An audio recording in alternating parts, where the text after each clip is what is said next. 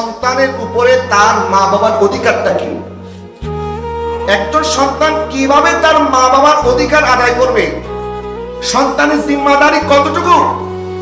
আমার নবী সাল্লাল্লাহু আলাইহি ওয়াসাল্লাম এটা বলে নাই তোমার মা বাবাকে 3 বেলা খাবার দাও, তোমার মা বাবার কাপড়ের ব্যবস্থা করো, অসুস্থতার চিকিৎসা করো, মা বাবার মাথা টিপে দাও, পা টিপে দাও।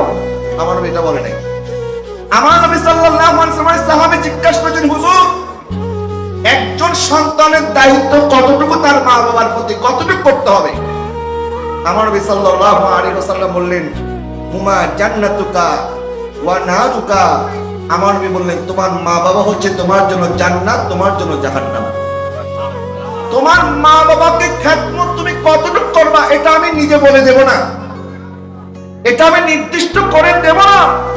তোমার মা বাবা যতক্ষণ সন্তুষ্ট হবে না, আল্লাহ তোমাকে জান্নাত দিবে না।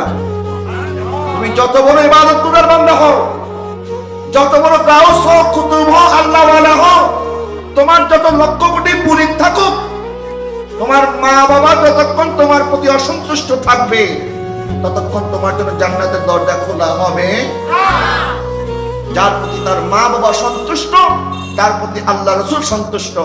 যার প্রতি তার মা বাবা অসন্তুষ্ট, তার উপরে আল্লাহ রাসূল অসন্তুষ্ট। কথা বলেন না ঠিক কিনা?